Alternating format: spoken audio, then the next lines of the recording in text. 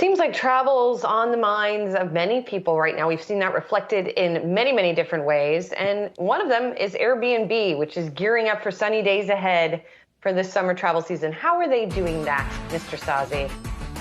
Julie, it's funny. I was just laughing because I've really taken to writing about the impending summer travel boom, and that's coming from a guy who doesn't go anywhere and hasn't gone anywhere for the past decade. Maybe you should, Brian Sozzi. It's just absolutely strange. All right, well, look, I have a broader story on this on the Yahoo Finance homepage now, but some new data from the folks over at ThinkNum who pulled data from LinkedIn on Airbnb hirings. They're noting that in the past month, employee headcount over at Airbnb increased 15%. Of course, again, that comes from them mining LinkedIn hiring data on Airbnb for that. So it's just a fascinating chart. You see it there on the screen. It's pretty much gone up in a straight line. The read is there. Here's another travel company in Airbnb preparing for a summer travel boom. We've seen the airlines, Delta, JetBlue, Southwest earlier this week, really strike an upbeat tone for the summer travel season, which, of course, that starts in the second quarter. You have Marriott and Hilton shares trading at record highs. All signs really point to a strong summer travel season for a lot of different companies.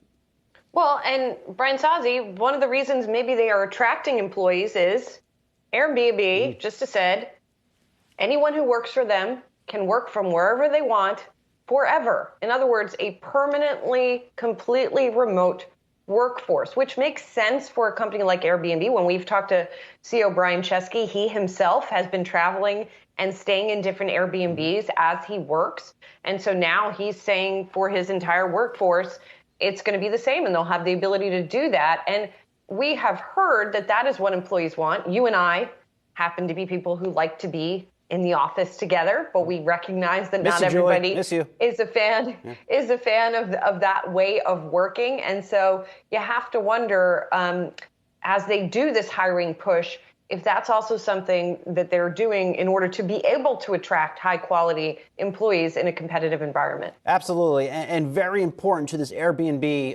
announcement, Julie, that is they're not reducing pay.